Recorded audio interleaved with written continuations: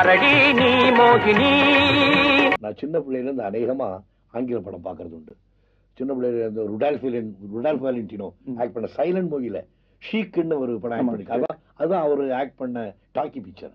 அதுல இருந்து எல்லாரும் படத்தையும் போரிஸ் கர்னால், சார்லஸ் போயர் அவங்க படத்தெல்லாம் பார்த்துட்டு வரேன். அதனால மற்ற நடிப்பை விட நம்ம நடிப்பு தனிப்பட்ட முறையில் இருக்கணும்னு சின்ன பிள்ளையில இருந்து ட்ரை பண்ணிட்டு வரதுனால ஒருவேளை சக்சஸ் பண்ண முடிஞ்சதோ என்னமோ.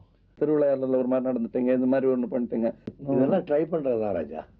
இதை ட்ரை பண்ணி நாமளே தெரிஞ்சுக்க வேண்டிய விஷயங்கள் தான். இது மற்றவங்களுக்கு சொல்லி கொடுத்து வரதில்லை. நம்மளுடைய அடி வயிற்றுலேருந்து வர எக்ஸ்பிரஷன்ஸ் அதெல்லாம் நம்மளா தானா கொடுக்குறது தானே வெளியே. என்ன கேரக்டர் நாம போடுறோம்னு தெரிஞ்சுக்கிட்டா அதுக்கு தக்கபடி ஆக்ட் பண்ணிட்டா போதும். கலைஞர்களை புகழ்ந்தாவே அதை மேலும் நீங்க வளருங்கிறதுக்கு ஒரு ஊக்குவிக்கிறதுக்கு ஒரு உரம் போட்ட மாதிரி.